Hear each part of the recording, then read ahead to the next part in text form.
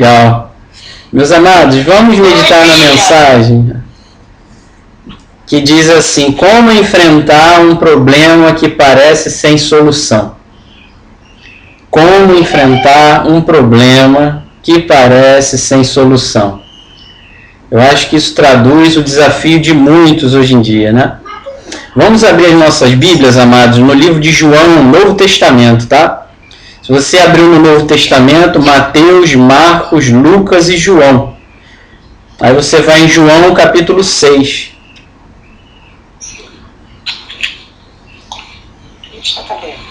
João 6.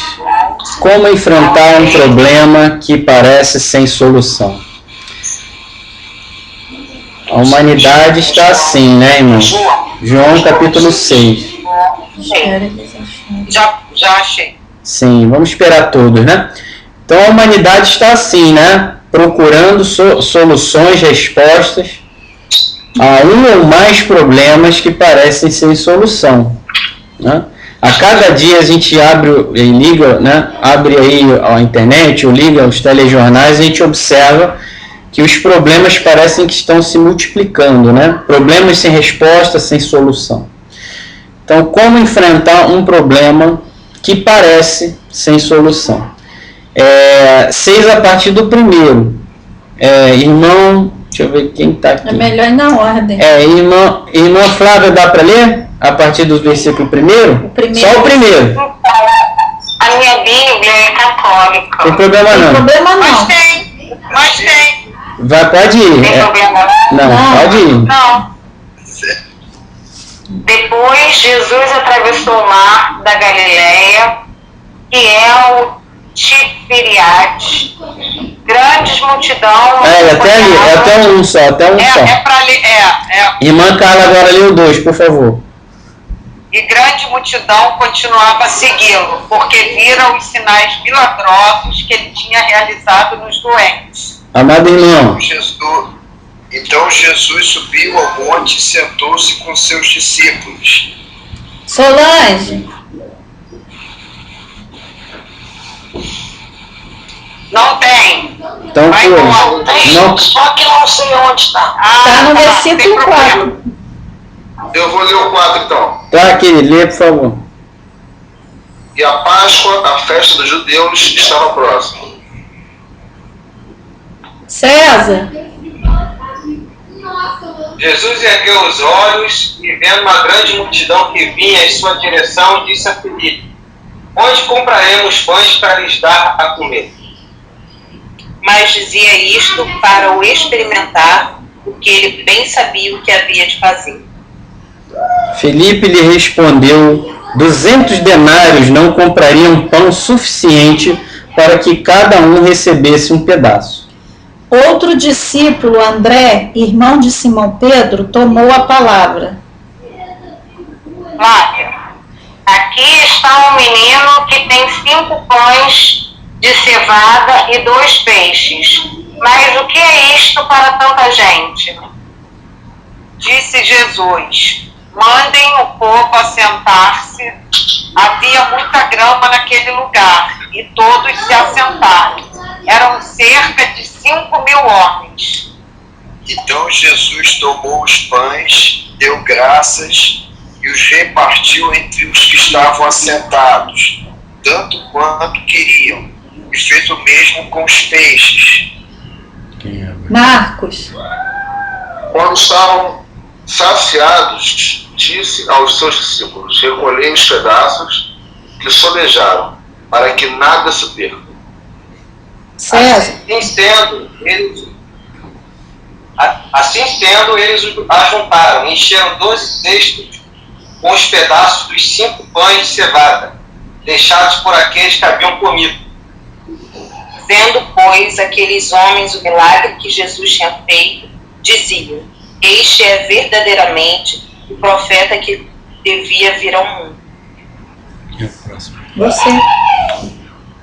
Sabendo Jesus que pretendiam proclamá-lo rei à força, retirou-se novamente sozinho para o monte. Amém, irmãos? Até aí, por favor. Amém. Então, o que nós vemos nessa passagem que é muito importante observar, antes da gente começar a conversar a respeito da palavra, em algumas perguntas. Estava ali Jesus com os seus discípulos e uma grande multidão. Conhecemos essa passagem, né, que é a multiplicação dos pães e peixes, muito conhecida. Só que nós, às vezes, não percebemos coisas importantes que o texto traz e que trazem uma relevância ainda maior a esse milagre. Você sabe que, você vê nos versículos iniciais, eles estavam ali, chegaram àquele local de viagem. E nós que já viajamos sabemos como dá fome na viagem, né, irmão? Eles viajaram até aquele local. Jesus subiu a um monte, muito provavelmente os discípulos junto a ele e a multidão até onde dava, pertinho de Jesus. Ou seja, houve um desgaste até chegar ali. Havia multidão ali, e não era pequena. Outra coisa que nós percebemos pelo texto sagrado é que aquela multidão tinha ido procurar Jesus porque tinha visto os milagres que ele tinha feito com os enfermos. Aí fica a pergunta: quem procura médico é quem?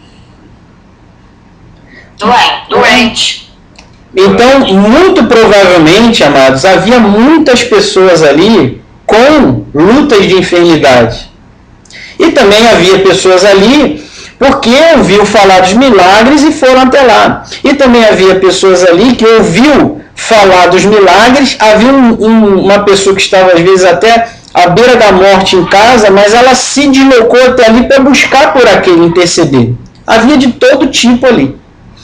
Mas muito provavelmente, se você reler o texto, você vai ver que aquela multidão foi até Jesus porque ouviu dos milagres que ele operava em relação aos enfermos. Ou seja, no meio daquela multidão, além de ser uma numerosa multidão, que eram 5.000 homens, só que 5.000 homens, normalmente em um tempo antigo, onde havia muitas perdas por conta de guerras e outras coisas, a população de homens muito provavelmente era menor do que a das mulheres.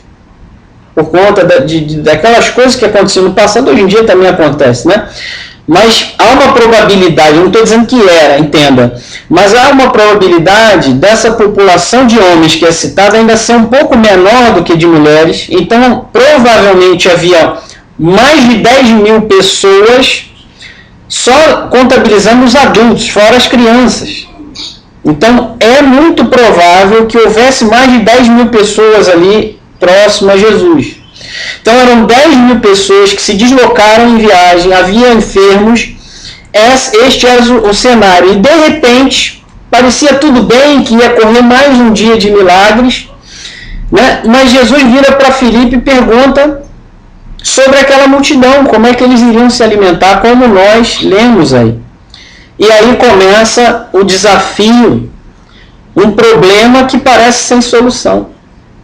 Porque Filipe olha assim, no natural, ele viu, ou levantou os olhos e viu aquela multidão, de provavelmente, novamente falando, mais de 10.000 pessoas, e no natural ele respondeu, que nem com 200, nem com 200 valores, seja qual for a importância, o pastor Josué comparou, cada valor desse seria o valor de uma diária de trabalho.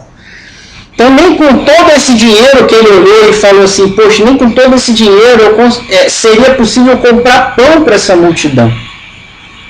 Mas, de repente, vem alguém de fé. Quando você vê aí o versículo onde fala dos 5 pães e 2 peixes, vamos lá nesse versículo novamente. E você percebe que Jesus, no versículo 6, fica bem claro que ele fez essa pergunta para Filipe, para pôr Filipe à prova. Isso foi um teste a Filipe.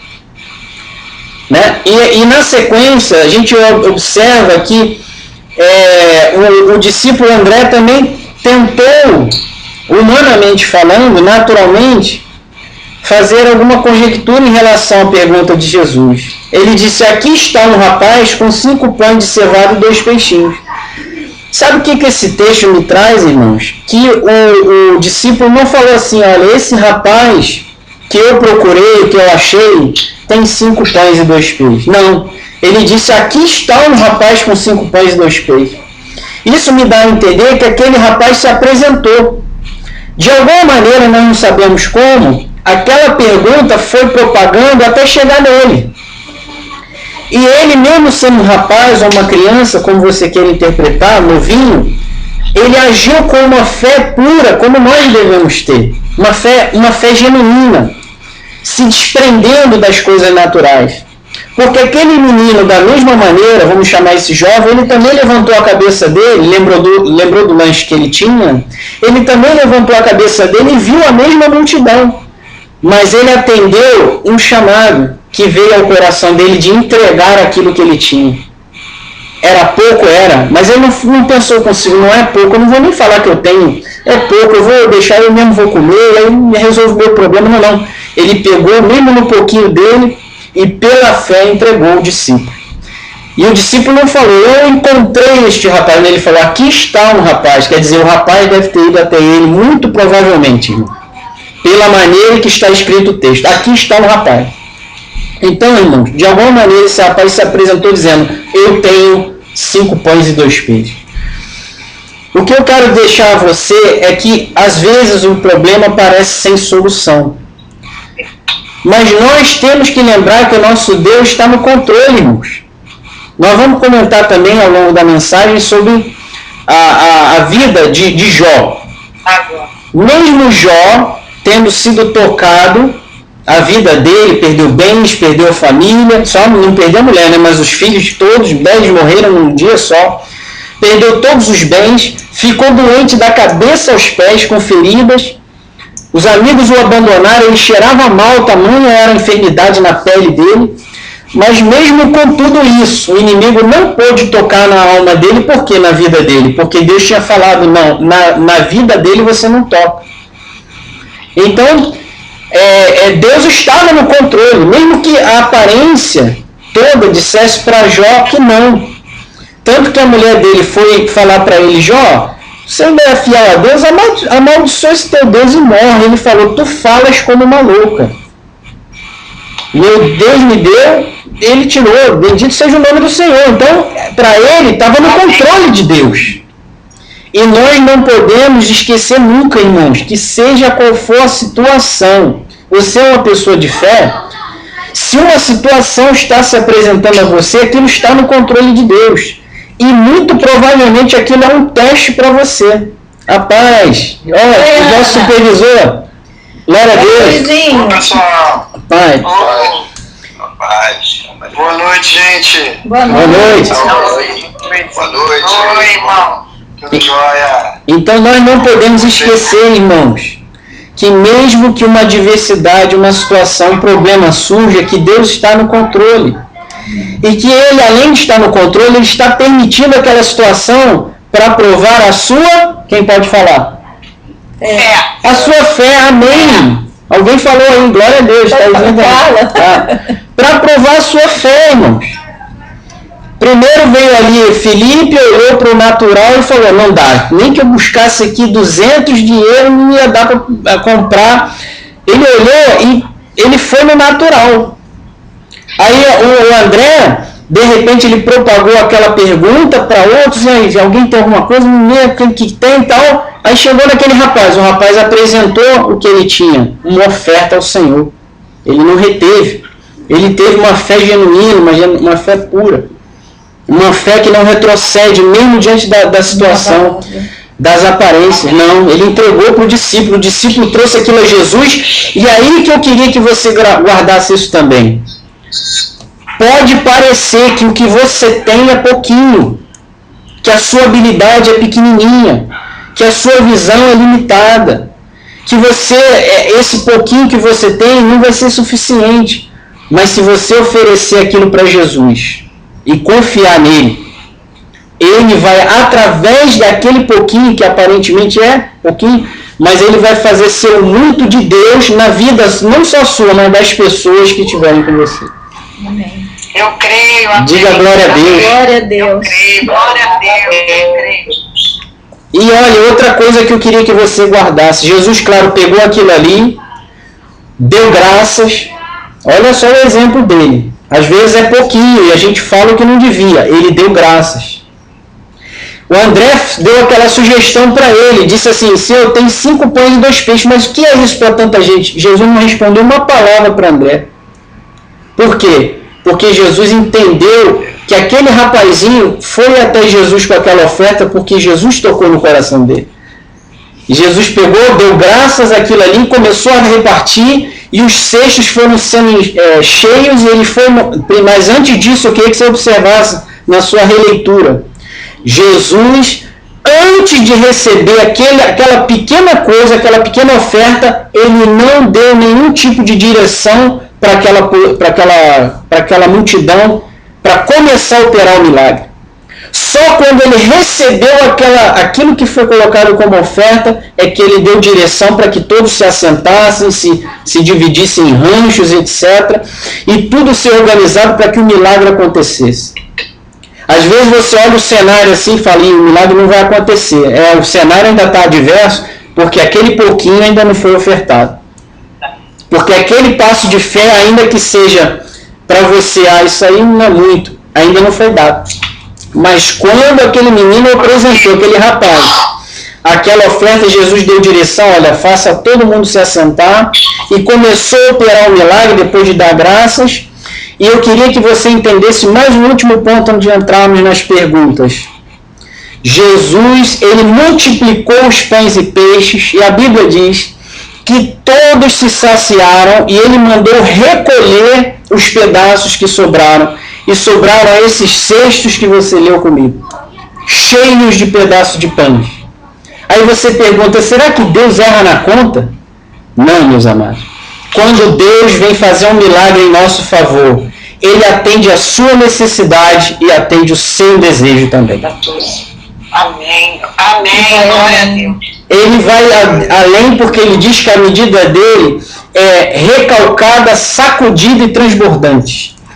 Ele faz além porque ele é bom. Ele faz além porque ele é amor. Ele faz além porque ele quer você radiante e feliz. Ele não faz na medida apertada porque ele sabe que teu coração vai pensar assim, poxa, até aqui foi bom, mas daqui para frente eu queria algo mais. Não, você não vai faltar nada. Havia pessoas ali que iam voltar numa caminhada, irmãos, de 3 quilômetros. Haviam pessoas ali que voltariam numa caminhada de 10 quilômetros. E precisavam, de repente, forrar mais, como a gente fala, né? Forrar mais do que o outro que ia voltar só atravessar o mar da Galileia de volta. Então eu queria que você entendesse, irmãos, que na sua atitude de fé, na sua prova, não olhe pelos olhos naturais, olhe pela fé. Lembre-se que o seu Deus é Pai, Ele cuida de você e que Ele tem tudo no controle. E Ele está te dando essa oportunidade de você mostrar para Ele, Pai, a fé que eu digo que eu tenho, agora eu vou colocar em prática. Amém, meus irmãos? Amém. Glória a Deus. Glória a Deus. Então eu queria agora